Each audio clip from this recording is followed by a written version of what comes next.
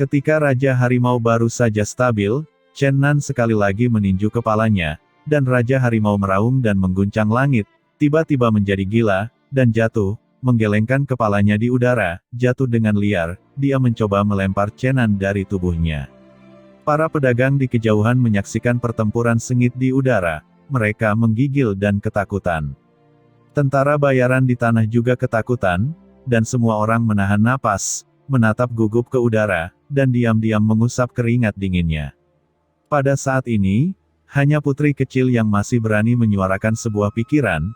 Dia berkata, gunakan lebih banyak kekuatan, lempar saja pencuri yang bau itu, tetapi sedikit lebih ringan, jatuhkan saja dia sampai setengah mati, karena saya masih membutuhkannya untuk menetralkan teknik jari busuknya ini.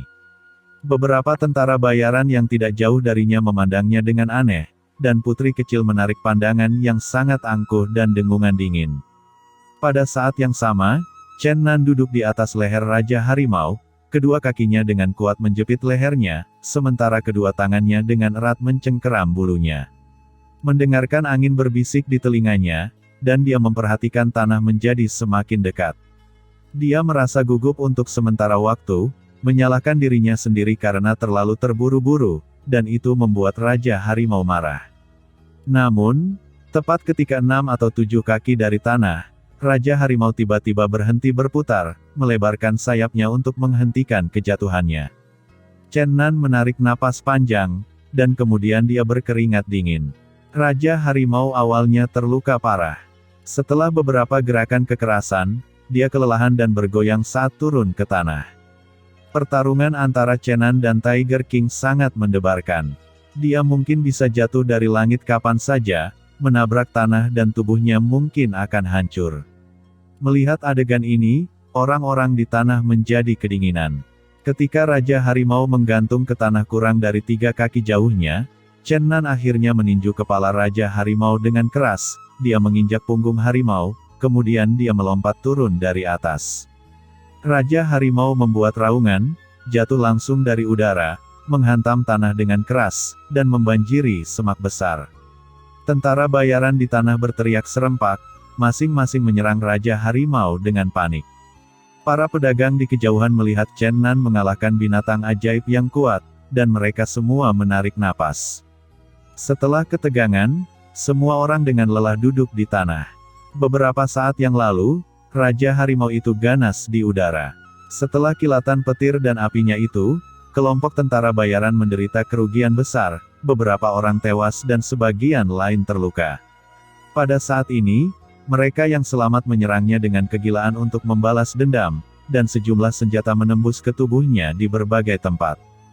Dalam sekejap mata, Raja Harimau terluka parah, sekarat, darah segar mewarnai rumput, dan kabut darah menyebar dari tubuhnya yang compang-camping. Melihat Raja Harimau di ambang kematian, semua binatang buas meraung dan mendesis dalam kekacauan, dan akhirnya melarikan diri ke segala arah, angin bergelombang dan tanah bergetar. Putri kecil tiba-tiba berlari di belakang tentara bayaran dan berteriak dengan cemas, "Hentikan, hentikan, dia sedang sekarat." Mendengar itu semua tentara bayaran tercengang, dan semua berbalik untuk melihatnya. Wajah seorang tentara bayaran bersinar karena marah, dia berkata, "Gadis kecil, apa yang kamu katakan?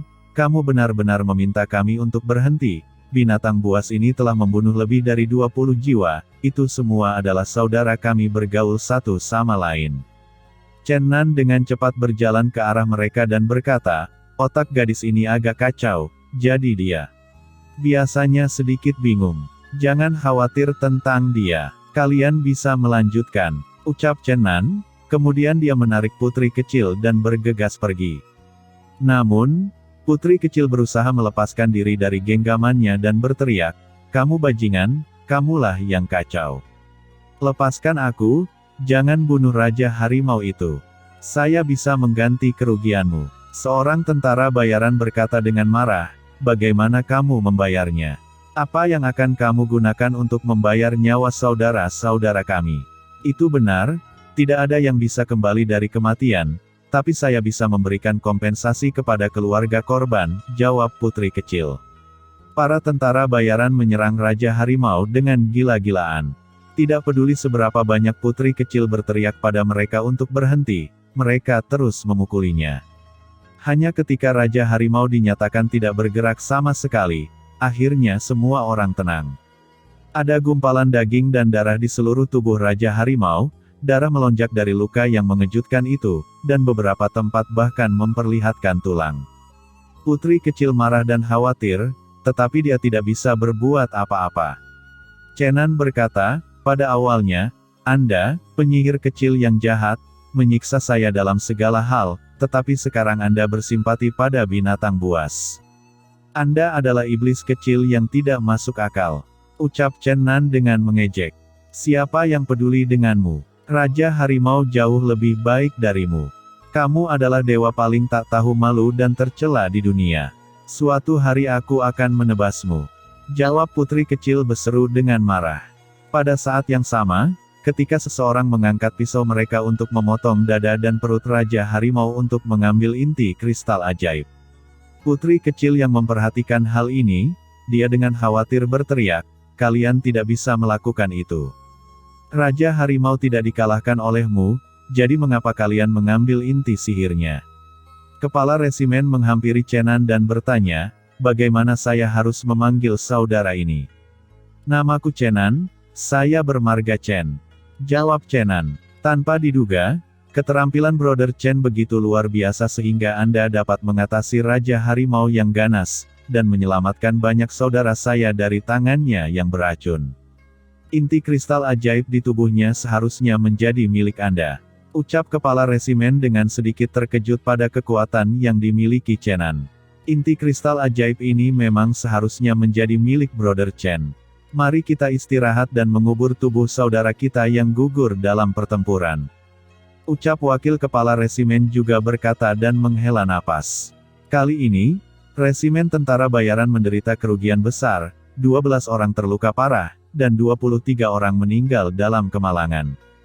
Setelah membersihkan tempat kejadian, kelompok tentara bayaran semua mengucapkan terima kasih kepada Chenan, dan kemudian berjalan ke pedagang, hanya menyisakan Chenan, putri kecil dan Guan Hao di tempat kejadian. Hehehe, saya tidak mengira Brother Chen menyembunyikan kekuatannya, bahkan lebih kuat dari keterampilan pengawal saya. Ucap Guan Hao dengan tersenyum malu. Kalau begitu, apakah Anda akan mengembalikan 100 koin emas itu kepada saya? Ucap Chenan, dia berkata lagi, cuaca hari ini bagus ya. Cuacanya sangat indah, tidak ada awan di kejauhan, langit bersih tidak ternoda oleh debu. Putri kecil berteriak, sialan, apa yang kamu bicarakan? Aku tikus mesum, aku hanya ingin mendiskusikan sesuatu dengan Brother Chen.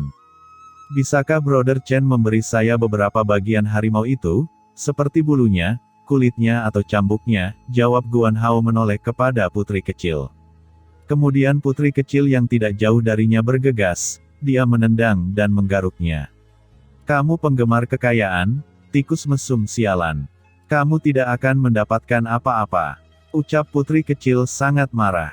Guan Hao buru-buru melarikan diri tanpa jejak. Putri kecil berbalik menoleh kepada Chenan dan berkata, bisakah kamu meninggalkan aku dan Raja Harimau sendirian?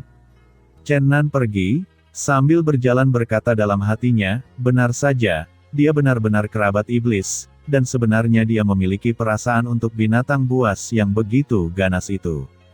Melihat Chenan menghilang ke dalam hutan, putri kecil menenangkan hatinya. Ini tidak masuk akal. Guru saya, lelaki tua yang bau itu, pernah berkata bahwa binatang buas yang mampu tumbuh memiliki vitalitas yang kuat.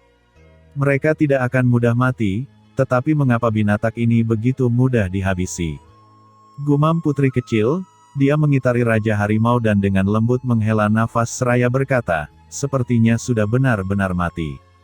Tepat ketika dia berbalik untuk pergi, dia tiba-tiba mendengar desahan teredam. Putri kecil ketakutan. Dia dengan cepat memutar kepalanya untuk melihat apa yang terjadi. Dia melihat kelopak mata Raja Harimau berkibar sebentar dan terbuka.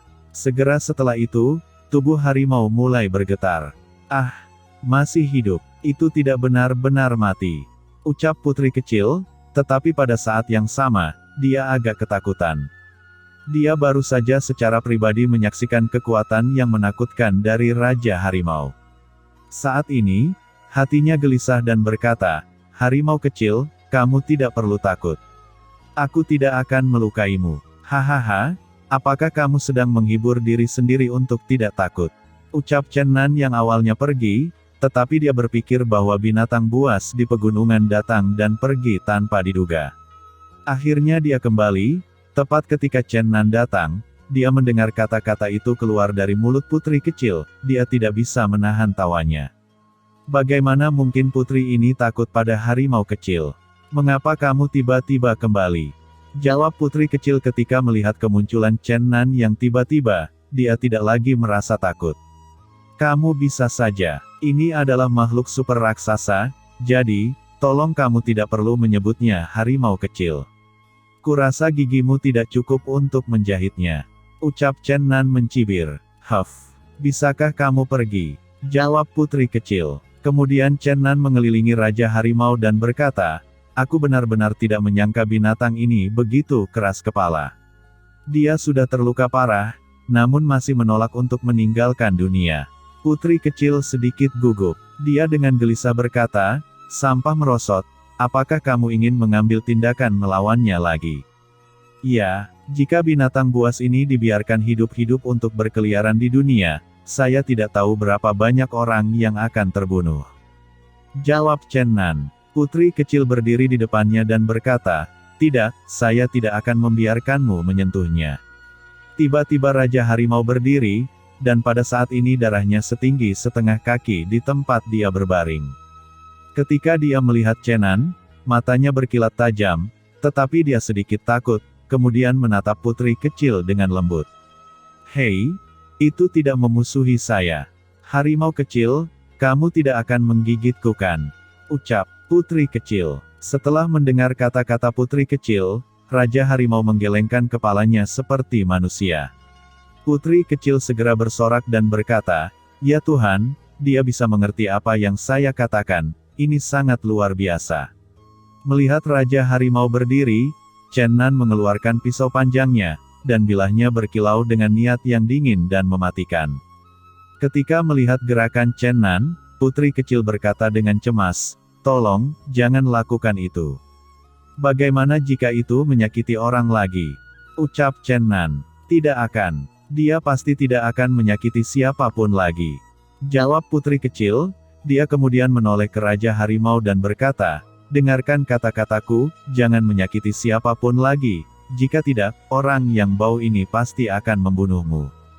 Raja Harimau memandang putri kecil, lalu menatap Chen Nan, dan akhirnya dia menganggukkan kepalanya lagi. Ini membuat putri kecil sangat senang. Dia berkata lagi, "Makhluk yang cerdas. Ini jauh lebih baik daripada naga para pengendara naga yang bau itu. Harimau kecil, mulai sekarang, Anda harus mengikuti saya. Saya berjanji akan memperlakukan Anda dengan baik." Chen Nan mendengus dan berkata, "Simpan niatmu itu. Kamu ingin binatang besar ini patuh mengikutimu. Itu mustahil. Selain itu, luka-lukanya sangat serius. Jika membawanya ikut pergi ini akan membuat masalah. Para tentara bayaran itu benar-benar tidak akan mentolerirnya. Aku tidak peduli. Aku tidak akan membiarkan siapapun menyakitinya lagi," ucap putri kecil tidak ingin mengabaikannya lagi. Dia dengan sedih berkata, "Harimau kecil, kamu terluka parah, kamu tidak bisa berjalan, dan tubuhmu sangat besar. Bagaimana aku bisa membawamu?" Tepat setelah putri kecil berbicara, sesuatu terjadi yang membuat Chen Nan dan putri kecil tercengang. Sayap dan unicorn Raja Harimau menghilang tiba-tiba. Tubuh harimau besar itu mulai menyusut dengan cepat. Tubuh harimau menyusut dari 3 kaki menjadi kurang dari 1 kaki. Senjata di atasnya jatuh ke tanah, dan luka di atasnya sembuh dengan cepat, dan butuh beberapa saat untuk menjadi utuh. Raja Harimau mengguncang tubuhnya dengan kuat, darah di tubuhnya segera menjadi bersih, dan bulu putih berkilau muncul lagi. "Apa, ini sebenarnya adalah harimau iblis, dan ia telah mempelajari beberapa teknik transformasi," ucap Chen Nan dengan terkejut. Putri kecil juga terkejut, dia berkata, "Luar biasa, dia benar-benar tahu beberapa cara untuk berubah. Chen Nan merenungkan ini. Meskipun dia belum pernah melihat monster, dia telah mendengar ayahnya berbicara tentang mereka. Banyak binatang buas spiritual dari timur dapat mengumpulkan ki vital asli dunia dan menyerap saripati matahari dan bulan. Seiring dengan akumulasi waktu, binatang buas spiritual ini secara bertahap akan menjadi roh. Mereka perlahan akan menciptakan metode kultivasi sendiri. Banyak binatang spiritual akan menjadi luar biasa tangguh. Dari sudut pandang orang-orang biasa, binatang buas spiritual ini telah menjadi binatang iblis. Yang lebih kuat dikenal sebagai monster. Monster jauh lebih kuat dari binatang iblis. Mereka tidak menginginkan perubahan fisik apapun. Sebaliknya, mereka menginginkan perubahan mendasar. Karena itu, monster ingin berubah menjadi bentuk manusia. Mereka berusaha keras mengubah tubuh fisik mereka menjadi bentuk ini demi kultivasi yang lebih baik. Menurut legenda, bentuk manusia dan beberapa bentuk binatang mitos lainnya paling cocok untuk budidaya. Ini adalah alasan mengapa monster mengejar kemampuan untuk berubah menjadi manusia atau binatang mitos. Chen Nan menatap Raja Harimau di depannya dengan ekspresi kagum. Dia sebelumnya berpikir bahwa ini hanyalah binatang ajaib. Dia tidak berharap itu benar-benar memahami metode budidaya binatang iblis. Putri kecil berteriak, "Kamu tidak boleh membunuhnya. Harimau kecil ini lucu, cantik, dan sangat ajaib.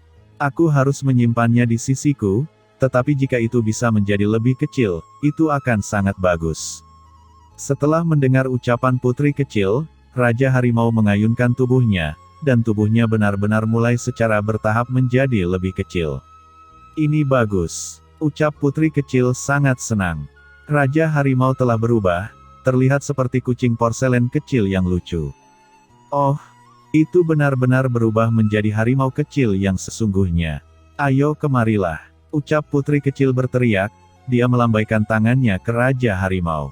Raja Harimau seukuran anak kucing memutar tubuhnya, sepasang sayap putih lahir di bawah perutnya, tanduk giok muncul di dahinya, dan kemudian ia mulai mengepakkan sayapnya dan terbang ke dada putri kecil. Chen Nan tampak tercengang dan bergumam, bagaimana ini mungkin? Ketika monster itu terluka parah dan kehilangan kekuatannya, itu seharusnya kembali ke bentuk aslinya, bagaimana ia bisa terus menjadi lebih kecil. Harimau ini sungguh aneh. Putri kecil memeluk Raja Harimau putih salju dan tersenyum. Raja Harimau menyingkirkan sayapnya dan satu tanduknya. Pada saat ini, dia benar-benar menyipitkan matanya dengan nyaman di pelukan putri kecil seperti anak kucing yang jinak. Chen Nan menghela nafas dan berkata, "Tuan Harimau, Anda benar-benar mencari kesempatan." Putri kecil berkata dengan marah, "Sampah, apa yang kamu bicarakan? Harimau kecil ini tidak akan berbuat kotor sepertimu." Raja Harimau membuka matanya dan menatap Chen Nan. Awalnya, ada rasa takut, dan kemudian sepertinya putri kecil bisa melindunginya. Tiba-tiba busur kecil disemprotkan dari mulutnya. Segera, suara berderak menghantam, dan busur listrik menghantam kepala Chen Nan. Akibatnya, wajahnya menjadi gelap dan rambutnya berdiri tegak. "Harimau sialan, aku akan membunuhmu. Beraninya kamu menyerang seseorang yang lebih kuat dari dirimu sendiri," ucap Chen Nan dengan marah. Putri kecil mendorongnya pergi dan berkata, "Kamu pantas mendapatkannya, kamulah yang memprovokasi terlebih dahulu, harimau kecil ini hanya bertindak membela diri." Chen Nan menghabiskan banyak waktu untuk merapihkan rambutnya yang tegak. Setelah itu, dia melirik Raja Harimau dengan tajam, dan berkata, "Jangan berpikir kamu aman karena kamu berubah menjadi kucing. Hanya dengan satu teriakan, saya bisa meminta tentara bayaran itu segera mengubahmu menjadi ribuan dolar." Putri kecil berkata, "Beraninya kamu, sekarang harimau kecil ini akan mengikuti saya, jadi saya tidak akan membiarkan siapapun menyakitinya. Baiklah, saya harus memberimu nama. Karena seluruh tubuhnya putih dan cerah seperti batu giok, saya akan memanggilmu Xiao Yu." Raja Harimau mengusap dada tinggi putri kecil dengan gembira. Melihat itu hidung Chen Nan mulai berdarah deras. Dia mulai iri pada harimau kecil. "Hehe, kamu benar-benar suka nama itu. Xiao Yu, mulai sekarang, Aku akan menjadi tuanmu. Untuk selanjutnya kamu harus mendengarkan apa yang aku katakan, jangan belajar seperti orang jahat di depanmu. Ucap putri kecil sambil tersenyum.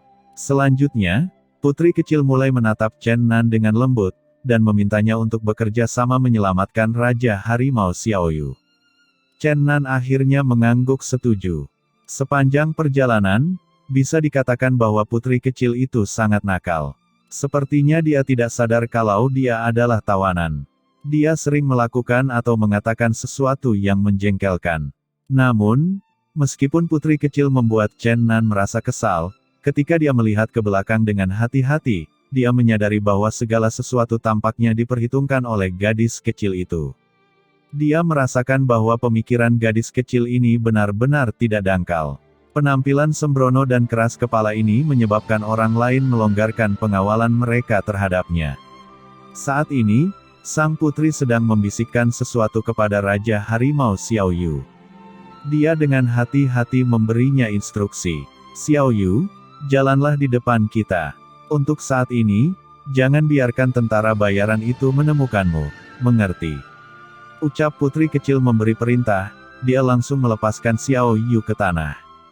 Matanya mengikutinya ketika dia menghilang ke kedalaman hutan.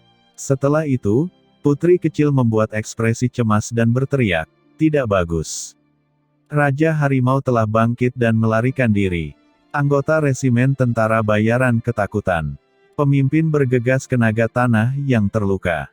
Wakil pemimpin juga terbang dengan cepat menggunakan teknik angin udara, dan anggota lainnya mengikuti di belakang mereka. Ketika semua orang tiba, tidak ada jejak yang tersisa dari Raja Harimau. "Chen Nan, apa yang terjadi?" Ucap kepala pemimpin segera bertanya.